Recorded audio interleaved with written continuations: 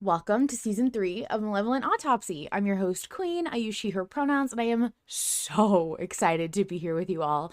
Now, let me warn you, the show contains major spoilers for everything in Malevolent as of the day this episode is published, so if you're not caught up, I'm not liable. Before we get started today, I'd like to ask my lovely co-host a brand new question. Can you let go? Howdy, hello, Vol Control here, he, him pronouns, and I can tell you 100% I can let go. I am dropping into the void, I am embracing the unknown, I am letting go what no longer serves me. We're so back, baby. We're so back. I am so thrilled to be back, but, Vol, I have a confession to make. You're I know keeping you. secrets from me?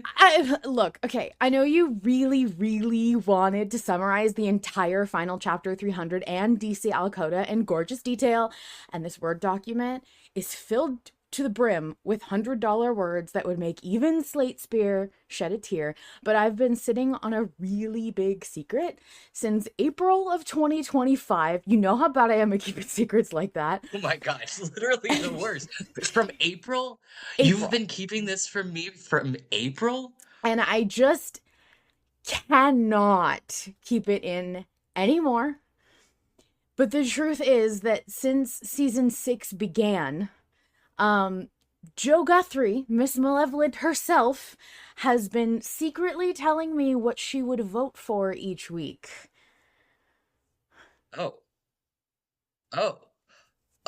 is that why she's sitting right here in the autopsy recording booth right now? That would explain why she's here. That explains a lot. Hi, guys. Hi, Jo. How are you? I'm so great. How are you? I'm a little teary. No, don't even. Thank you so much for having me. Yeah, it's been a well-kept secret, Queen. I'm proud of you. You've done it. Thank you. And here we are. It was so hard. Every week, Jo and I would exchange like 1 or 2 messages, and I'd go, Jo, what are you voting?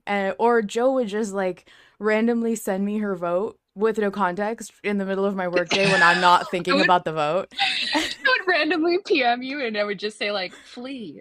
Like, oh no. Some of the wording was like just the word fight, and so I'd have Jo sending me a DM that just says fight, and I'm like, what? Oh, Jo wants to fight me. Got it. Yeah. Very good for your mental health. Yeah, of course.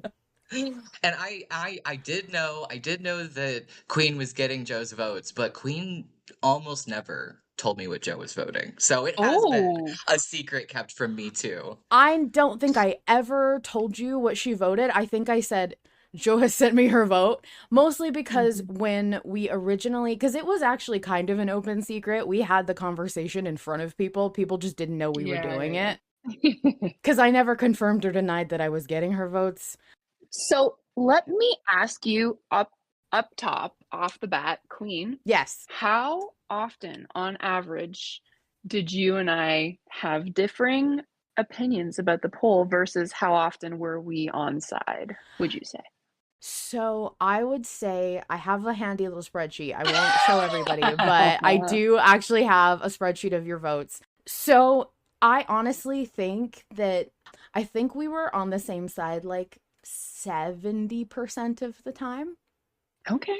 Because you just make good decisions.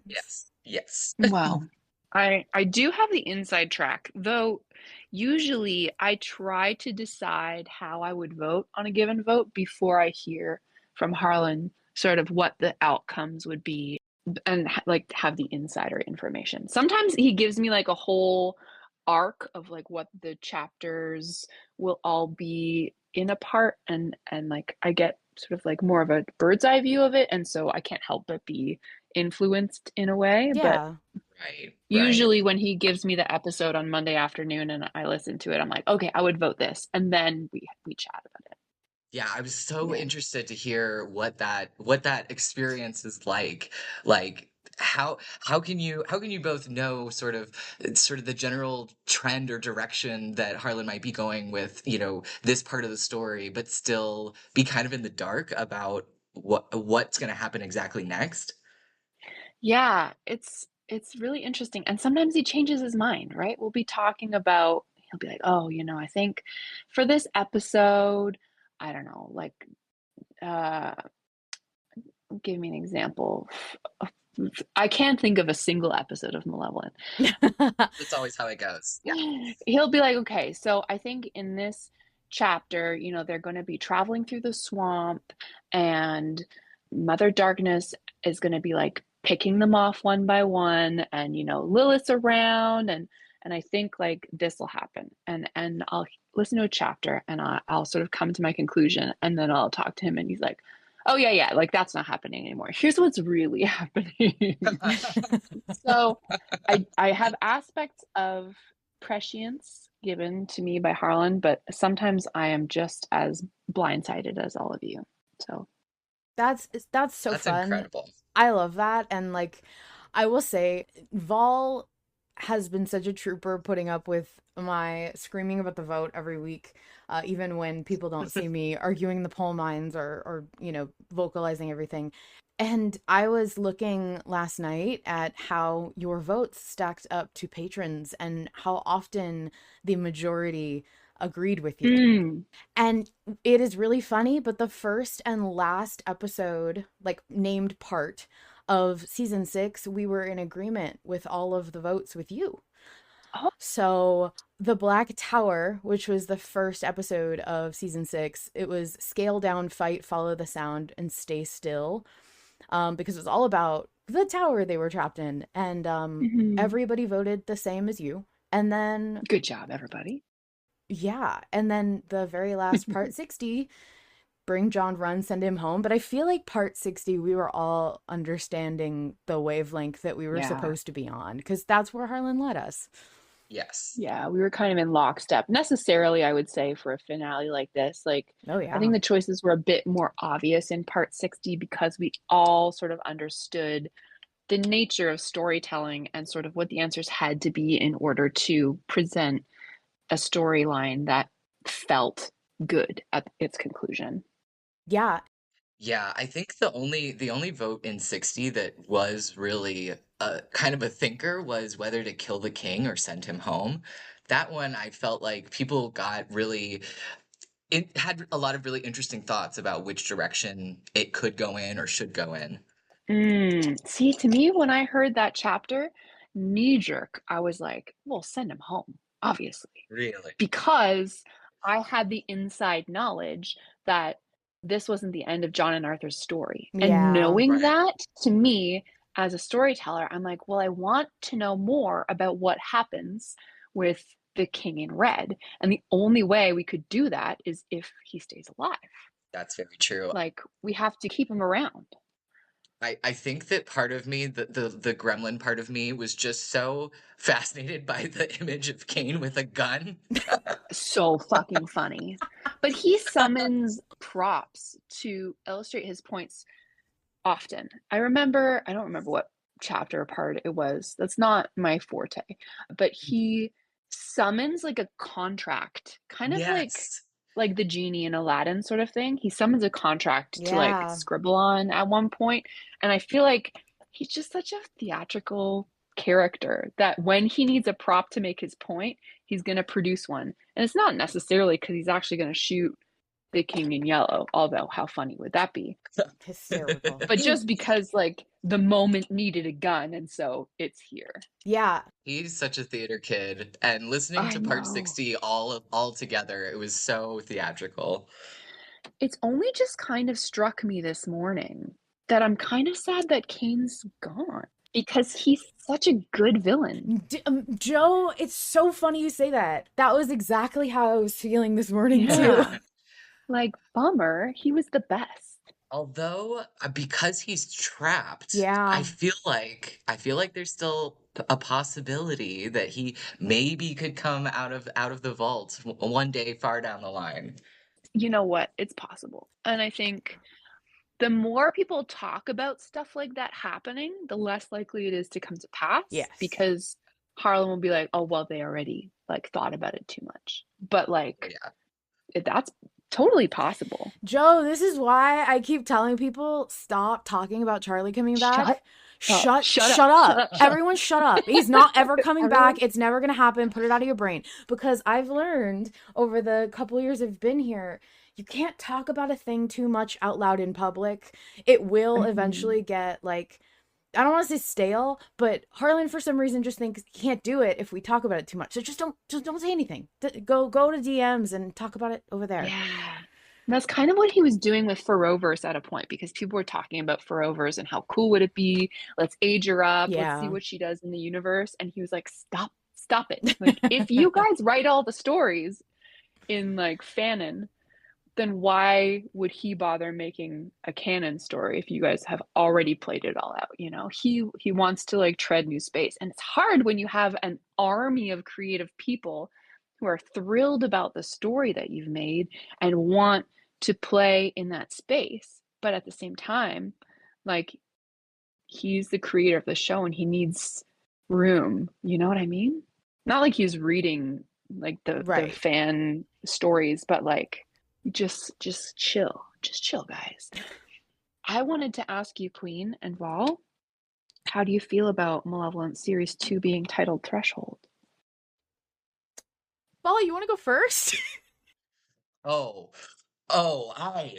I feel a thing, but it's mostly just still screaming, why is it a proper noun? I'm always screaming this. I'm always screaming this, and I have been for the past, I don't know, month, two, ever since Threshold has become this entity, this setting. I don't know. It's a proper noun, and it's driving me crazy. It makes me crazy.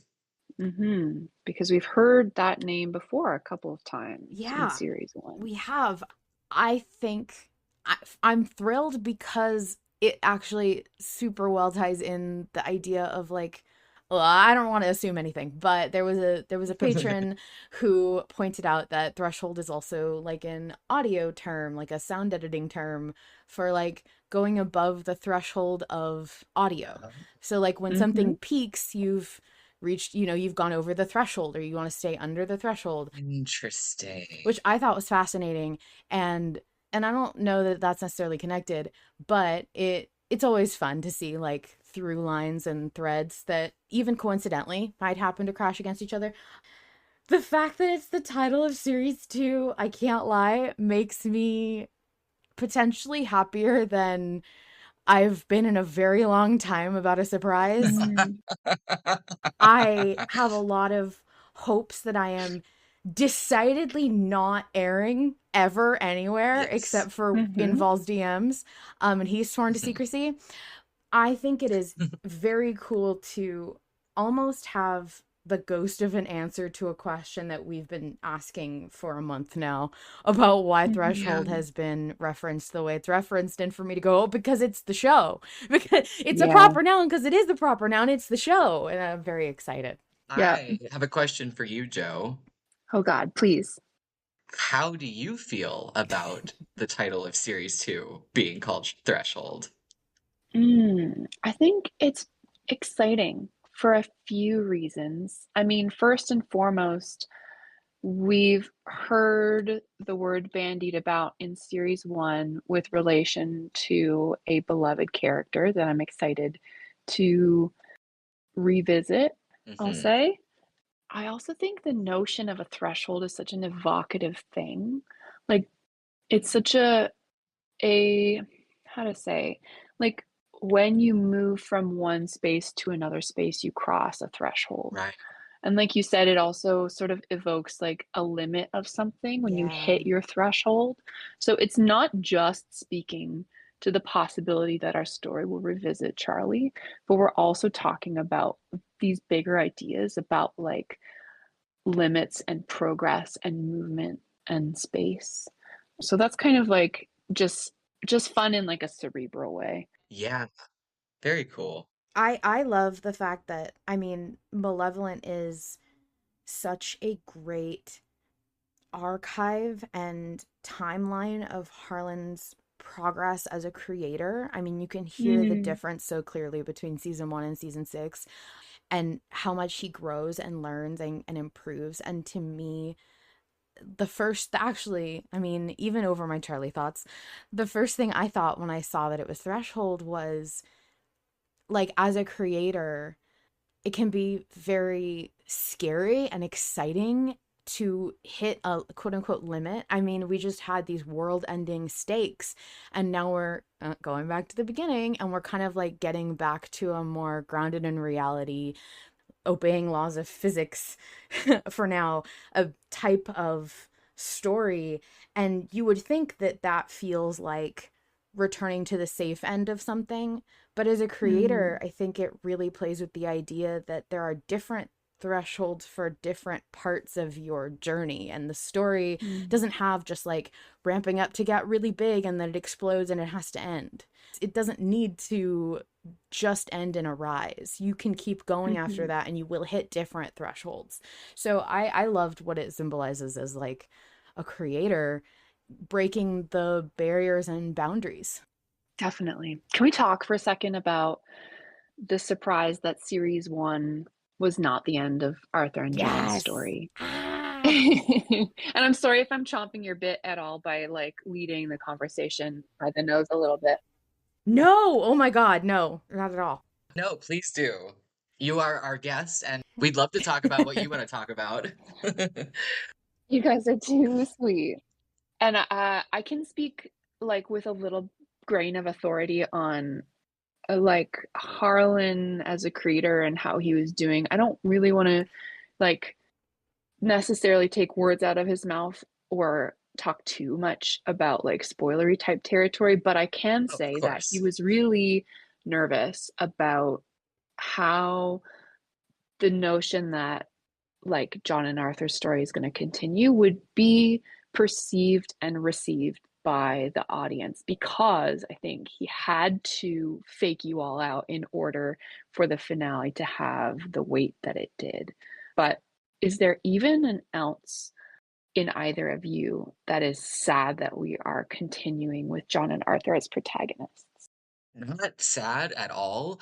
I fully had like braced myself for it to be a whole new story, to be, have references from series 1, but to be with new protagonists. And maybe it would have ended up in a similar John and Arthur situation in some aspect, but I am honestly so thrilled that Harlan wants to stay with John and Arthur, and that he feels like he really does have more stories to tell with them. Because that was the other thing I know for myself, like sometimes when I've written a lot of certain characters, eventually I kind of run out of steam, and I feel like I don't know where to go with their character arc from here. Like I've kind of plateaued. And so I'm really excited, that I'm thrilled that Harlan has more to say and more to do with them. Oh yeah, big time, guys. Don't even worry about that. He's almost relieved to a certain extent. He's like, finally we can get out of the John identity and Arthur forgiveness like entire Right. themes and modes. Like we can pack that up, tie a bow on it, put it in the past in series 1, and like look to the future, which is every other literary device, media trope, concern of humanity that exists out there, and apply these characters' perspectives and lives to that stuff. Because it gets really sad when we're constantly talking about suicidal ideation of the protagonist. We don't have to worry about that stuff anymore. We're moving on. Arthur's got other shit to worry about, and you guys are all going to get as invested in that other stuff as you were in the first stuff, likely, and it's going to be just as fun to listen to. Yeah, as far as I'm concerned, I don't want to say that any little bit of me was sad that they're continuing. I'm surprised and I'm intrigued, because as somebody who I don't want to say that like I'm just like Harlan, but like I do relate to a lot of where his head is at when it comes to like, I'm bored of this. I don't want to do this anymore. Like I need something new. I'm intrigued because I really thought, I guess he had me, that he'd be like, you know what, I've been writing John and Arthur for 6 years now, and I kind of want to be in somebody else's head. I want to know like what else to do. But even when I think about that, I'm like, well, there's nothing stopping him from doing that. And that's the part that I'm so excited about, because I still, even after all this time listening, I still have a lot of preconceived notions about the rules of things. Gee, shocker to anybody who listens to Autopsy, me and rules. But like, I still think, you have to do things a certain way. And that's, I think, the thing that Harlan has like gifted me the most without knowing it, is the ability to realize, oh, you don't have to do everything the same as you've always done it. And yet I still feel like we're following John and Arthur, and they're familiar and comforting and lovely and wonderful, and we love them. But to me, they're new characters now. I get to see new things about them that nobody's had the opportunity to explore in the canon narrative. And I'm like so excited that we don't have to leave them behind yet. I would have been content, of course, but I wasn't ready to let go of them. We would love again.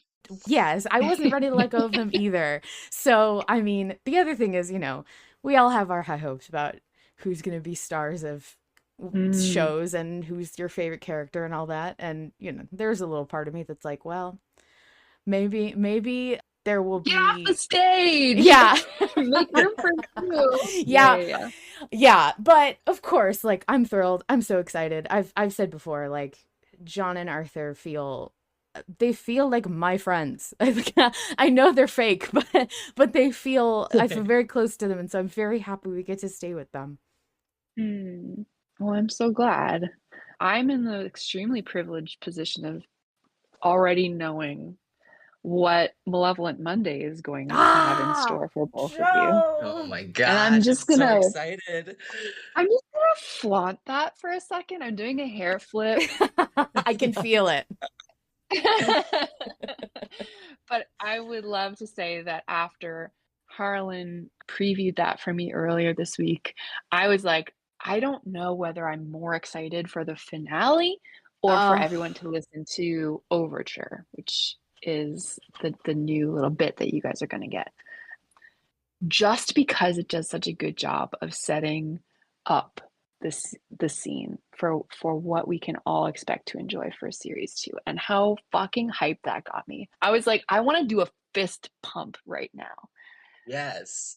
I'm so excited that we are really like returning to Malevolent's roots, like series 1's roots, and going back to Arkham and going back to the investigative stuff. And it's so thrilling, especially for like us on Autopsy, who have, sort of mourned that we got to series 1 so late and didn't get to be there for those early like investigative episodes. Yes. It's so thrilling to be here on like sort of the ground floor, the foundation of series 2. I have seen so many voters say, I love this show. I wish I found it sooner. And this is the perfect opportunity to be here for that open-ended, like fresh map. We are uncovering all the fog of war here in this first few episodes of series 2, and for everyone who gets to be here and experience it all together. God, it's going to be so exciting. I'm so thrilled. I mean, it's gonna be so cool. Jo, like, there's so many people who are like, not just I wish I got into Malevolent sooner, but like I miss the good days. And first of all, I always say these are what are you talking about? You make the good day. Like you don't say that it's already gone. You make it right now. I totally agree. But second of all, like, I loved where I came in, but Vol and I came in to vote at the end of part 4. The finale of season 4 was our introduction to voting. And our first vote was Duck Pond, Forget Oscar, or Meeting John.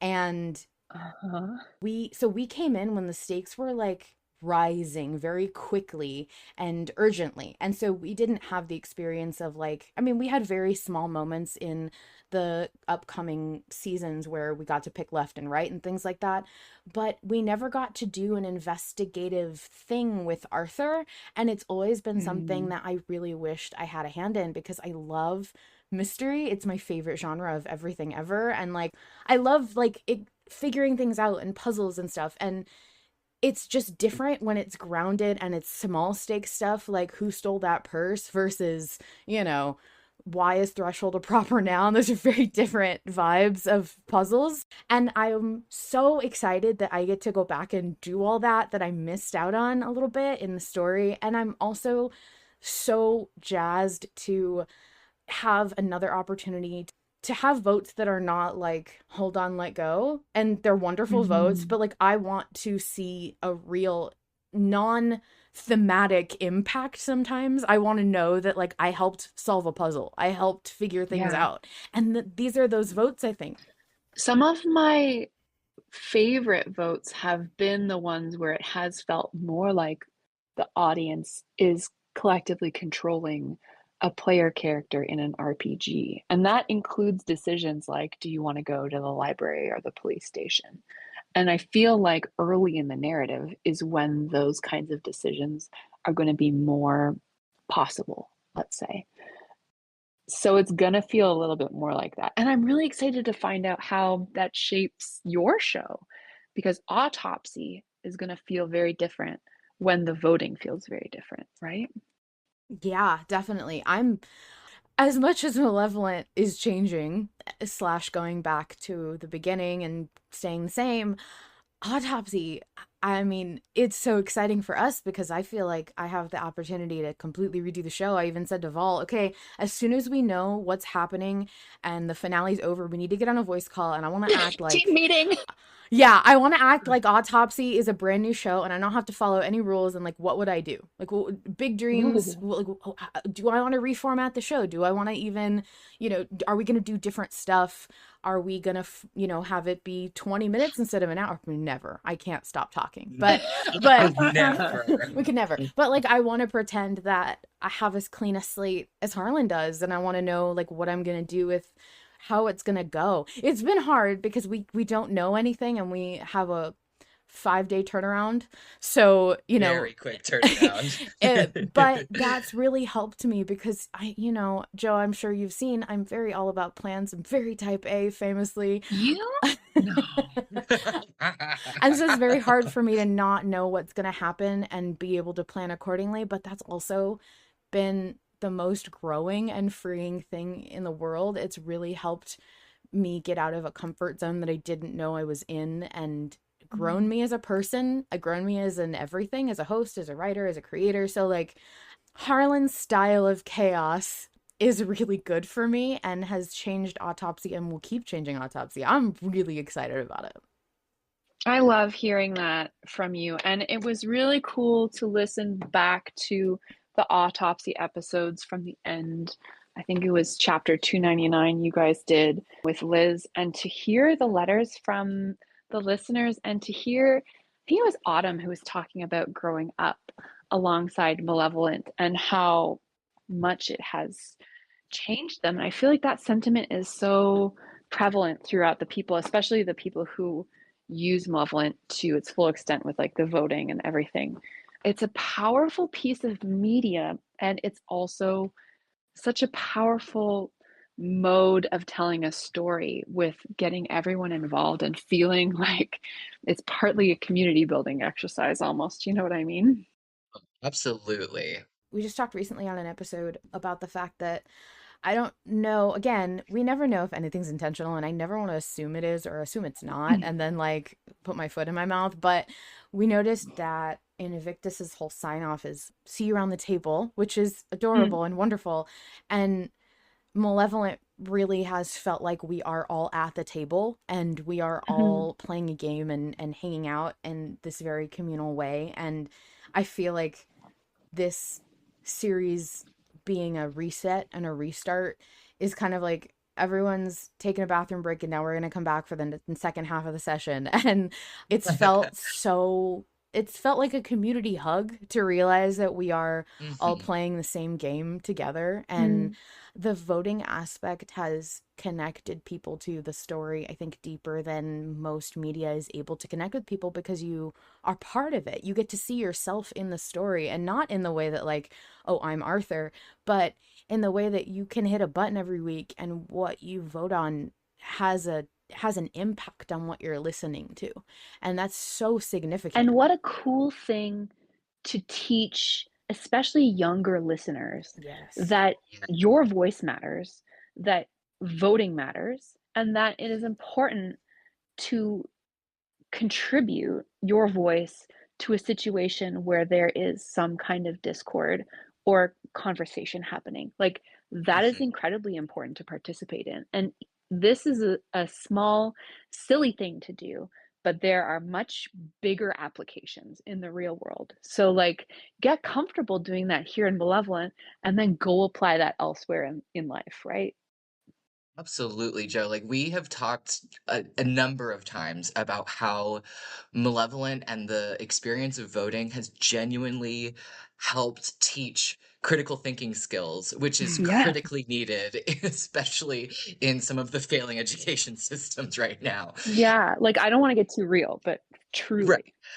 Yeah, and it has provided a place where people can have conversations and debates and disagree with each other and still be respectful and still come back Hmm. week to week and have conversations and not hold grudges against people. And it also is incredible that to be in a fandom that talks so much about community because um in other fandom spaces community is not really the emphasis most of the time, so it's very Hmm. refreshing.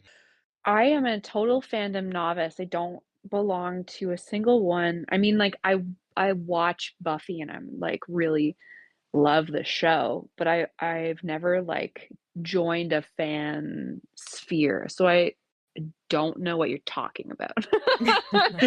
To me, Malevolent is the only Yeah. The blueprint. blueprint for a Yeah. fandom. They're all like that, right? Like, everyone is Yeah, super nice, right? I'm so glad for your blissful ignorance.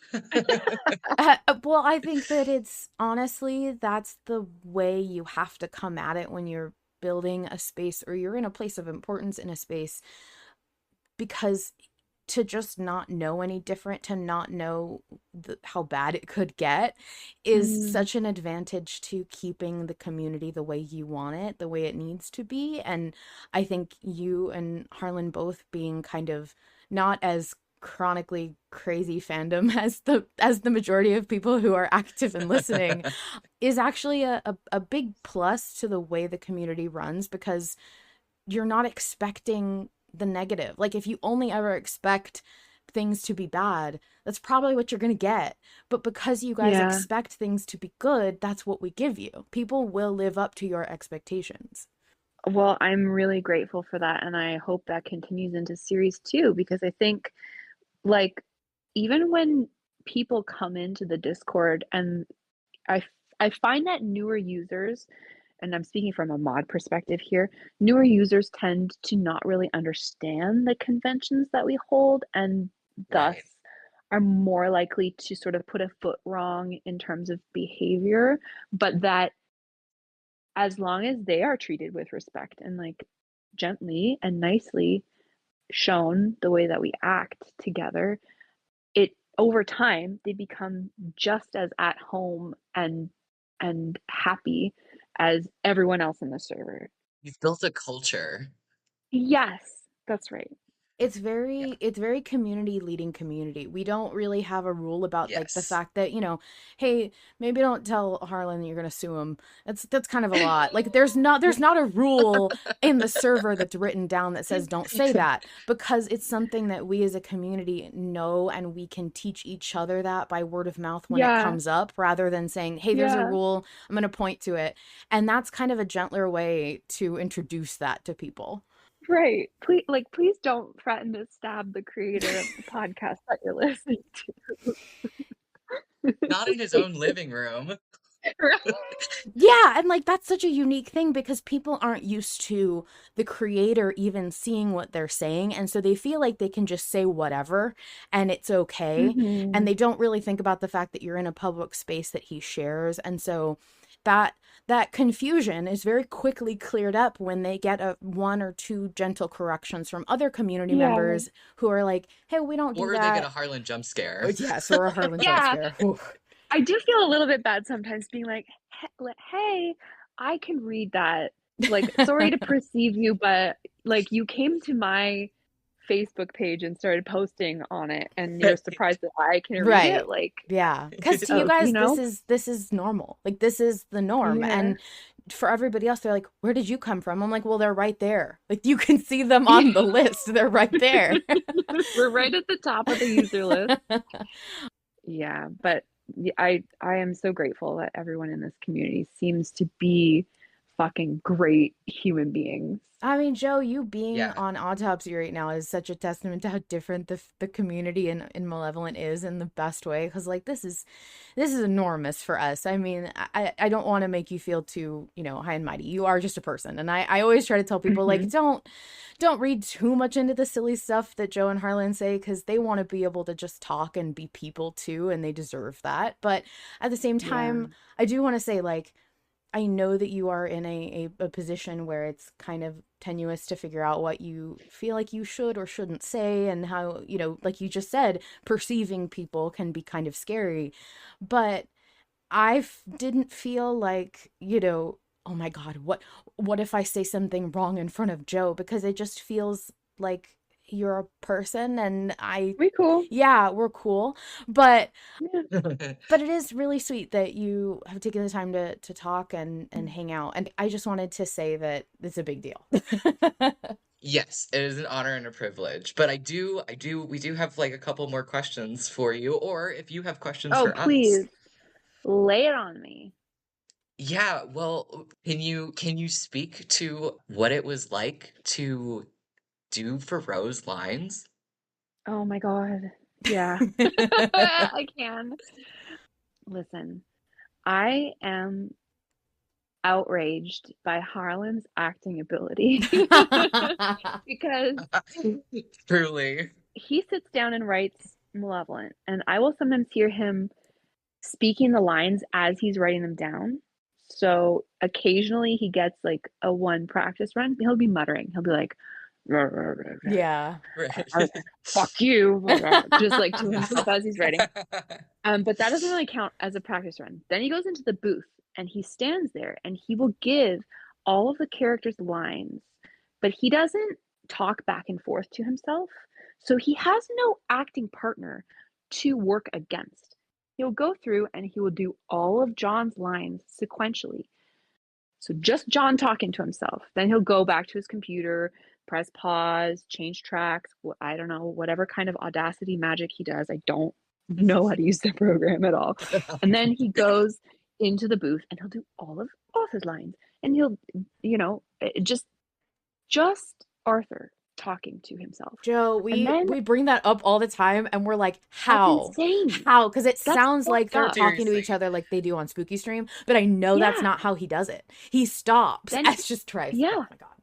Then he sews it all together, and somehow it sounds like he is talking to himself. Like these characters are all standing around in a room giving amazing performances. So, yeah, Insane. I was nervous about doing Furrow for a while because we had talked about the possibility of introducing her as a character in series 2 and what that would mean and whether it would even make sense to try for me to try to voice her because I am not an actor the way that Harlan is. And I Right. don't want people to be like, "Oh yeah, you're great." No, I'm not, okay? That tiny paragraph of speech from Thoreau probably took me 2 hours to get because Man. I probably did 40 takes, and it's still not like put up in comparison against Harlan's lines. They are not as good objectively, but I will get better. And I think Harlan also recognized like his acting in season 1 was stiffer than his acting in season 6. Like, it comes with practice. So I'm really excited to get better. I don't think I'm ever going to be a one take lady the way that Harlan is, but it was pretty cool. Harlan got in the booth with me to help me because he like set it to record. He's like, here's your lines. I'm gonna go give you some space, do a couple takes, and then we'll talk about it. I did a couple takes and we came back and he's like, okay, we're gonna try again. He got into the booth with me and he was giving me all kinds of direction, like, okay, now do it like this, now move around in the booth, now blah blah blah, and was like helping me work on it. He's like, let's think about what Farrow is thinking about. What would her character be like in the middle of doing? Let's give her some business. Is she making a pot of tea for Arthur? Okay, let's do it like that. Let's act it out. Like, he was my acting coach while I was doing the lines, which I was so grateful for, because like, maybe as a bonus content, he should release my first version of Fro's lines versus the final take, because it's like insane the difference. The first one, I'm like reading the lines as if it's in a bedtime story. Like, Fro walks in and she's like, "Woo, hi, Dad," blah blah blah. Whatever the lines are. Oh my gosh. Not great. And you know, it's like the finale of a show. Like, I don't want to shit the bed Oh my God, for Jo. so many people who this episode really matters for. But anyway, it was really fun, and I'm excited to learn more about voice acting and do my best, and hopefully Fro becomes a character that people really love hearing and aren't just like, ugh, her again. Oh my God, Harlan's Jo. only using her because she's his wife. I know there's going to be shitty comments, and I'm not going to be on Tumblr for it, so don't tag me. Nope, stay off of Tumblr. Well, Jo, I have to tell you that when we were trying to distill down our favorite parts of the finale and DC El Capo, one of my favorite parts is your delivery and the timing of the very last line in DC El Capo. Just that little what? It was so perfect. It just took me out. It was really, really good. First of all, like, I know that it's not Harlan's dream to be a teacher, but he'd be such a good teacher.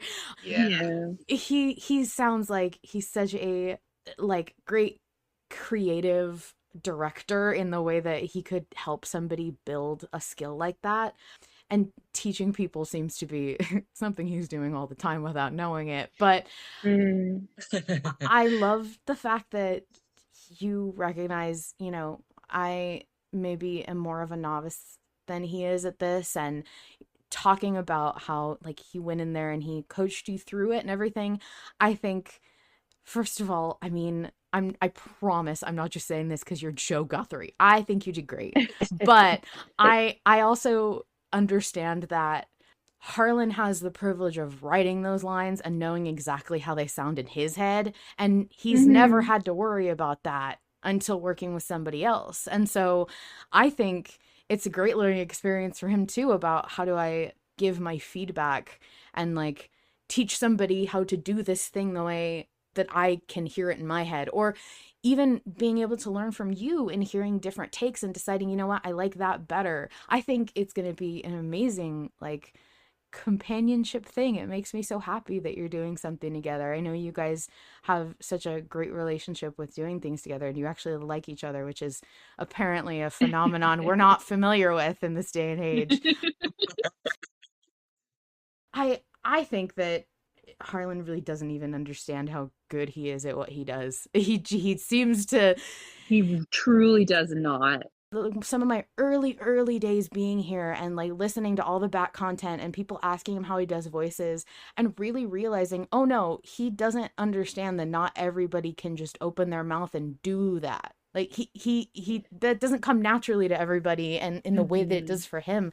And it is such a fascinating thing, because when people are like, did you train? Did you have that laugh? Did you study this? He's like, no, I just have that. And that's crazy. And to have to work alongside that, man, you are in such good hands. He was made for this. He truly was. Yeah. So it sounds like you are going to have a blast with Farrow. Are you like, I know that you know things that nobody else knows, but I know there are things that you don't know because there's not a lot's happened yet. Are you like hopeful for anything? Do you hope this experience goes places, does things? Do you see yourself becoming a professional voice actor, Jo? No, we've talked a little bit about the possibility of a career change for me over the course of our lives. Like, to be clear, when Harlan and I got together, he was streaming with the Invictus stream for fun. And he had his job and I had my profession. And when he lost his job and sort of pivoted and had the space, I guess, to sort of do some soul searching and decide like what is next for me, and then landed into the audio drama sphere. Like, that was really fortunate. That was like one of the best things that could ever happen to a person, all hidden underneath a huge disappointment. And like the trajectory of his life changed, and all of our lives changed because that happened to him. And I am now kind of afforded the luxury of the same thing, where he's like, financially, I got us for a little while. If you want, you can take a step back from your career that has supported us while I was getting my feet and finding Malevolent and turning that into something that we could subsist off of. Like, Yeah. what do you want? Do you want to go back to school? Do you Yeah. want to like try your own hand at a creative pursuit? Do something else, like focus on the kids while they're still young? Like, what is your ideal? And honestly, I'm so fortunate that I love my job, and I thought for a little while about changing things up, and I actually did apply to one of the colleges here to like teach medical laboratory technology. Well, that's cool. Yeah, because they were looking for an assistant professor and stuff, but then I found out that I would need a master's, which I don't have. Ugh. So unfortunately, being like underqualified, I could go back to school, but right now, I think I'm pretty content with things the way they are. I don't think I'm ever going to follow Harlan into a Malevolent style artistic career permanently. Hmm. I started my professional life in art school. I went to university for 4 years and got a BFA, Oh, wow. and decided after a couple of years that I did not like that. Really liked the security of science over art, because so Yes. many artistic pursuits are not like gonna give you that paycheck. And honestly, for me, it was also about the satisfaction of getting the right answer, Yeah. where like with a painting, no one's ever gonna be like, great job, you did painting right. Yeah, You Jo, did it you are right. speaking my Yeah. language. Yeah.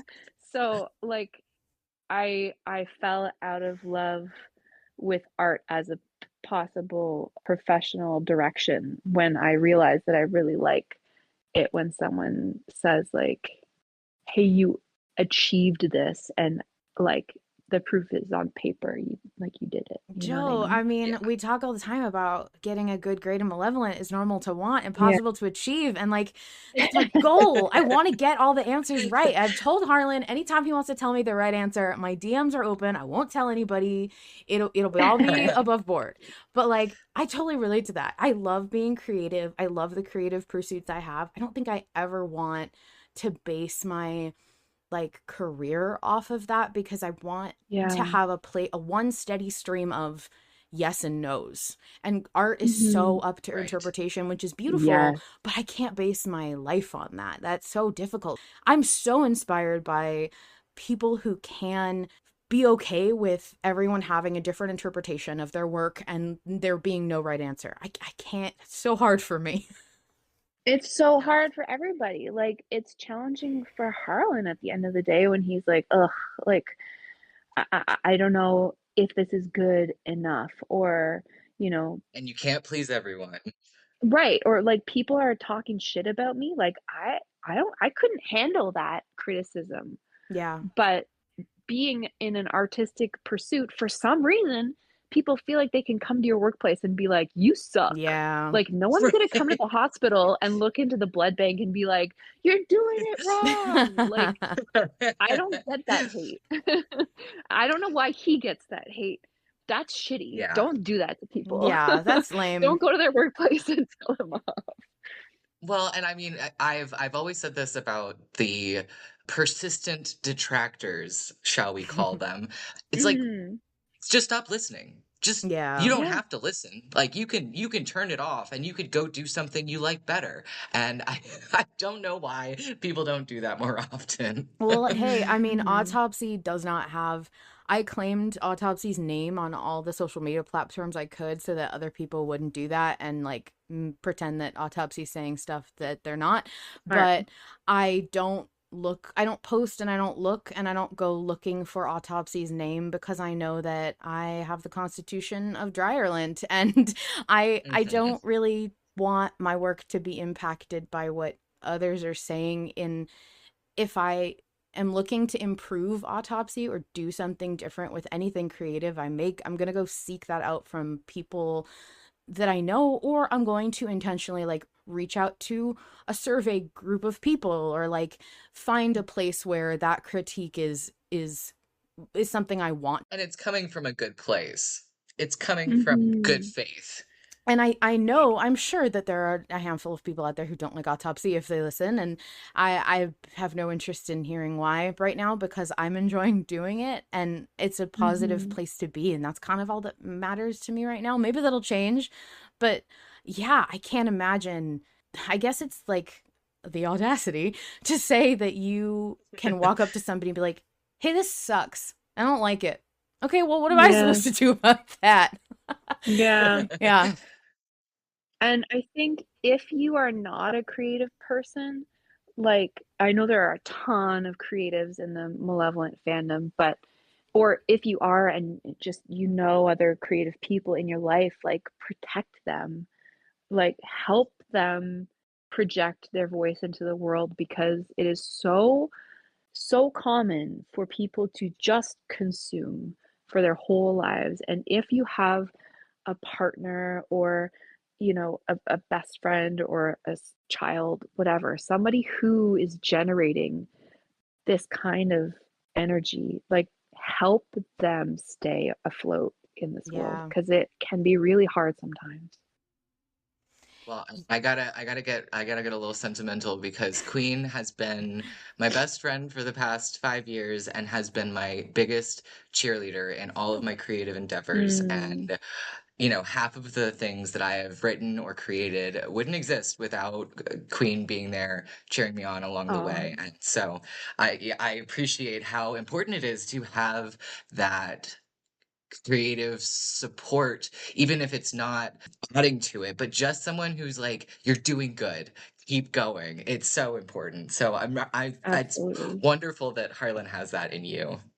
Uh, I have a fantastic memory. One of our first times meeting in person, because Val and I met online in 2020, and then we, like a year later, were like, let's meet each other and hang out. And I have this really vivid memory of I had just read a really old piece of work that he wrote, and trying to help generate ideas for like how do you continue that story? What do you do as a sequel? And like this creative energy that flows back and forth between a person who's authoring a work and the person supporting them. And I think it is such a mhm. special and it's just such a good relationship to have as a person.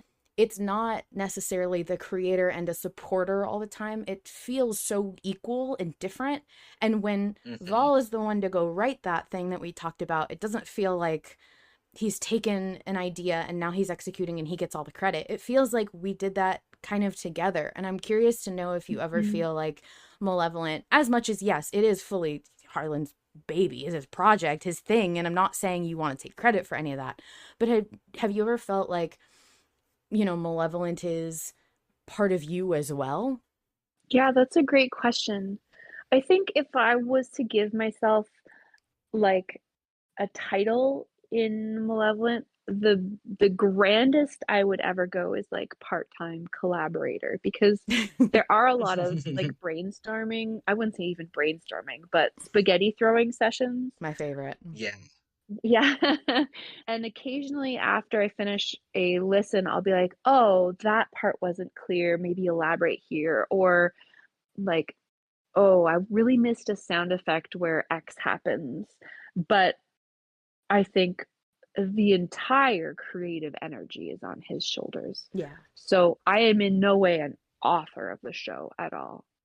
But yeah, I do sometimes feel like I'm part of it. Kind of the same way that you are all part of it, frankly. Like it's an experience that's really important to our lives and you all get a voice too. You know, you're not Yeah. writing the story, but you're here choosing and supporting with your heart. Like that's me too. I don't have a Patreon Yeah. subscription. I don't know, Joe. There is somebody named Joe who comments every now and again. Sometimes I wonder. But like in a certain respect, I have even less agency over the story than you guys do because I don't vote and I've never once said like, "Oh, Harlan, you should do this." Like that's not my place. Right. So, Right. like I'm just a little sparkle on the top of it, I guess. Do you think that's going to change at all with you voicing Faro? No, and I don't want it to change.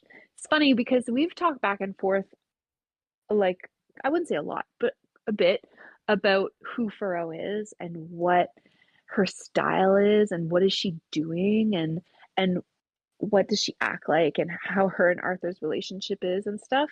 And I'm excited to contribute my ideas, but I am not an author of that situation. Like Harlan can be like, "Yeah, totally. I think that's fantastic. Let's do that." Or like, "No, it's more like this." And he's the final say entirely. Yeah, yeah, for sure. Yeah. I cannot wait to see how that unfolds. I'm so excited about series Gonna 2. be good. Joe, before I don't want to keep you forever, and you're welcome to stay forever, but first of all, is there anything else that you wanted to ask us or were curious about or want to know about the fandom or anything?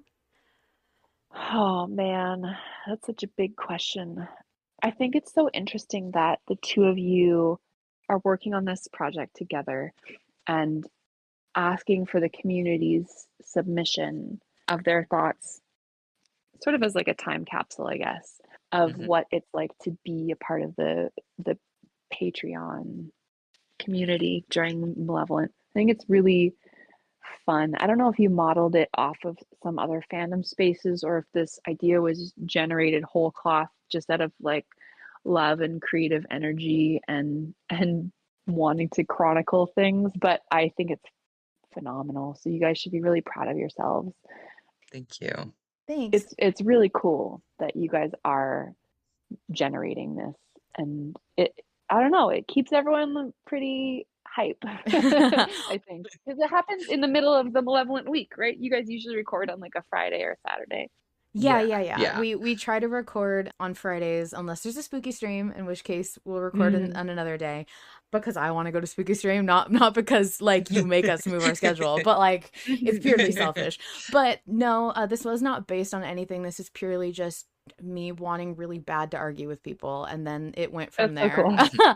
Pretty consistently, I have a lot of doubts and insecurities about Autopsy because it's not something I would ever listen to.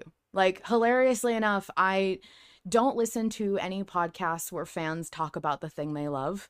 I listen to one podcast. It's a comedy podcast. It's my brother and me, and that's it. Mhm. And Malevolent. So, like, I don't really have context for how other people are doing this or anything. And sometimes I will get very stuck in my head and try and go look at what other people are doing. I bought books on, like, how to podcast and I was reading them and I was trying to like get really good at understanding what to do and analytics and all this stuff.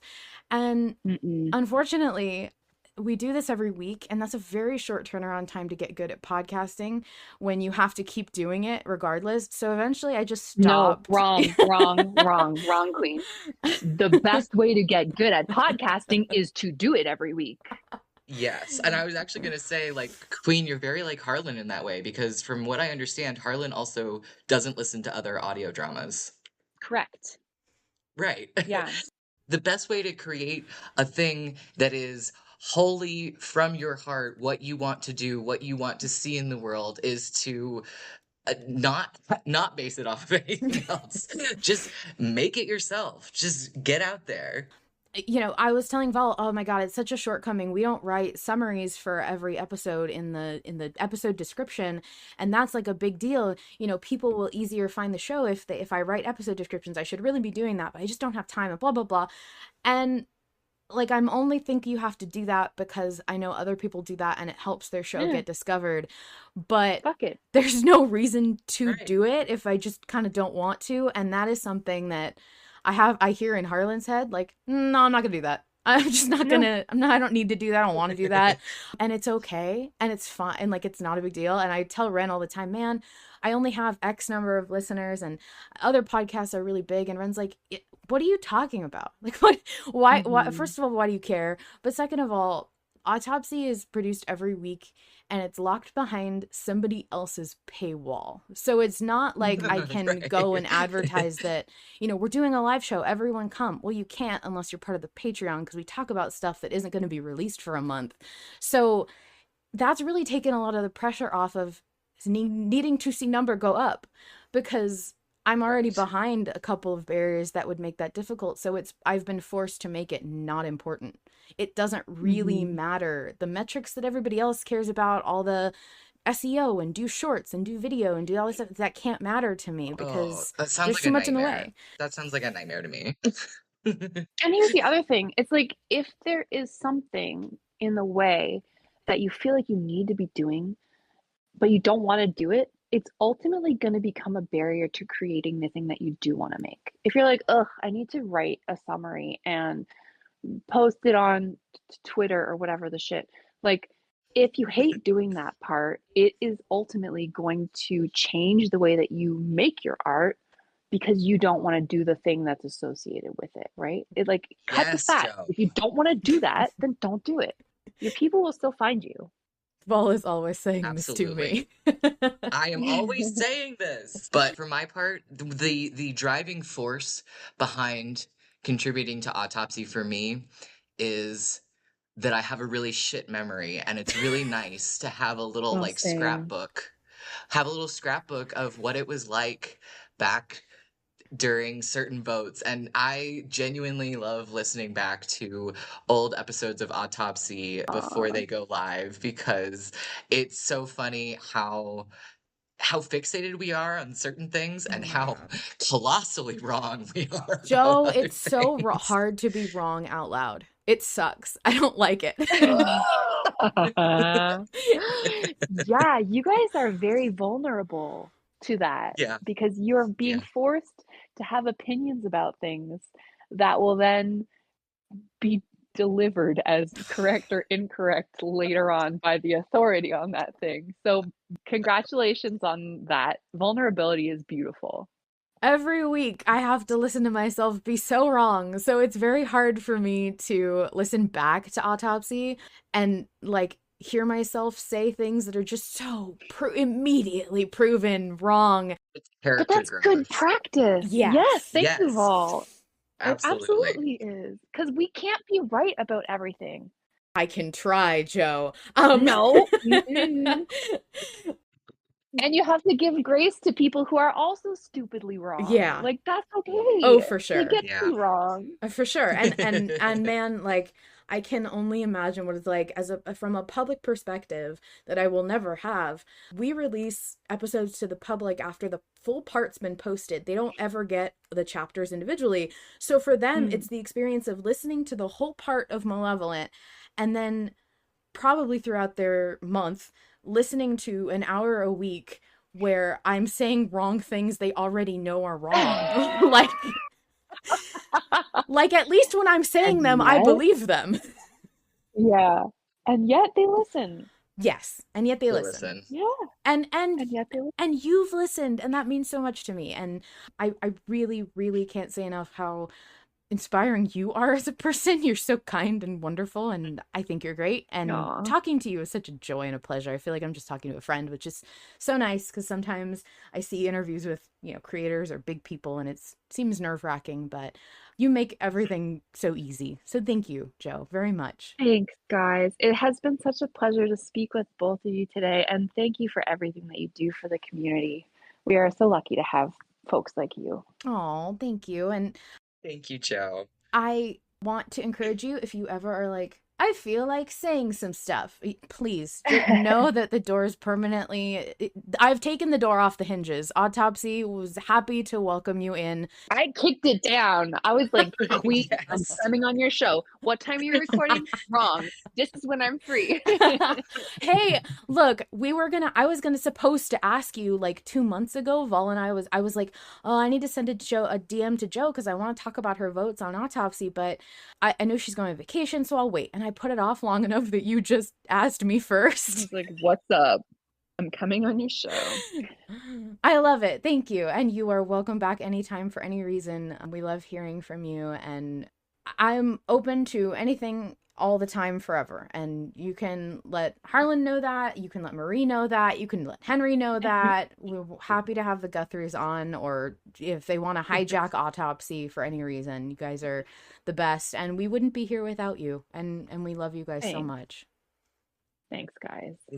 This has been an honor and a privilege, and I feel a little starstruck that we got to talk to Faro before series 2 officially starts. So thank you so much, Jo. Really means a lot to us, and we appreciate you. Oh, Jo, before we let you go, will you do our sign off with us? Sure. I don't know for sure, but this might be the last time we do the sign off in the same way. I don't know. I haven't thought about next Autopsy. So enjoy it. Remember, in the end, it's never about certainty. It's about making a choice and moving forward. Until next time, the horrors persist, but so do we. Thanks, guys. Have a great rest of Autopsy. Thank you, Jo. Have a great one. Thank you, Jo. All right. That's Jo Guthrie on our podcast. Jo Guthrie, everybody. I hope that you all were surprised, delighted, and excited. I know several people guessed it ahead of time because it was kind of obvious. I mean, I think it was kind of obvious, but I think that was a great conversation. I think it was very valuable. I'm so glad that Jo made time for us. I do want to just say, even though we don't have time for voice subs, I just want to give a huge shout out to I believe it's 14 people who submitted in like less than 12 hours. You guys are awesome. There's some really cute ones, so I am looking forward to sharing them.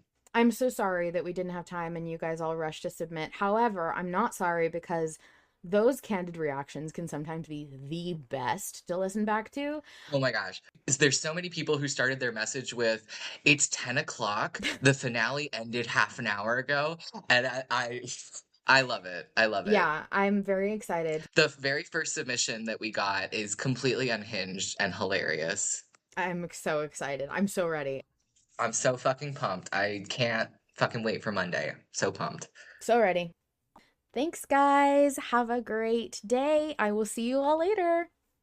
See ya. Bye. Thank you, of course, to Harlan Guthrie, the sole creator of Malevolent. Without his labor of love for a story he wants to tell, we wouldn't be here. To join the live recording, submit your own message, get in touch with me, and more, visit linktree/Malevolent Autopsy. The official Invictus Discord server is open to the public and includes a channel just for Malevolent Autopsy fans. We also have our own private, patrons-only channel.